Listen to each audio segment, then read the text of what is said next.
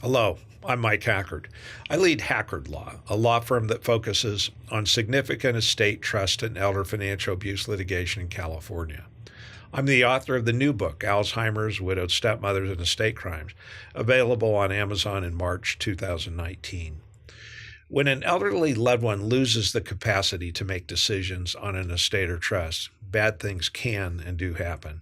It'll usually be to the advantage of one person and to the detriment of many others. These two factors often go hand in hand. Every week I receive dozens of emails and calls about cases of disinheritance or lost inheritance. I don't need to tell you that the stories are heartbreaking. But if you were to call me about estate wrongdoing or incapacity, I would say this. Before you decide to fight for a lost inheritance, you should understand some basics about the practice of law and our legal system. And here's an example. If someone walks into a bank with a water gun and demands $50,000 from the teller, it's highly probable that person will end up in jail.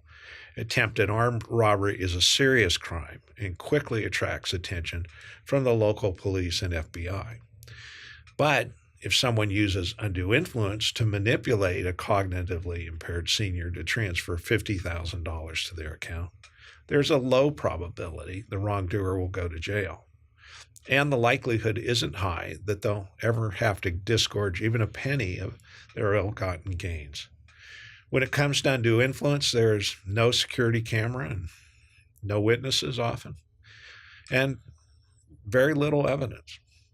Who gets to say whether a senior was cognitively impaired? It's a judgment call that it isn't always clear-cut.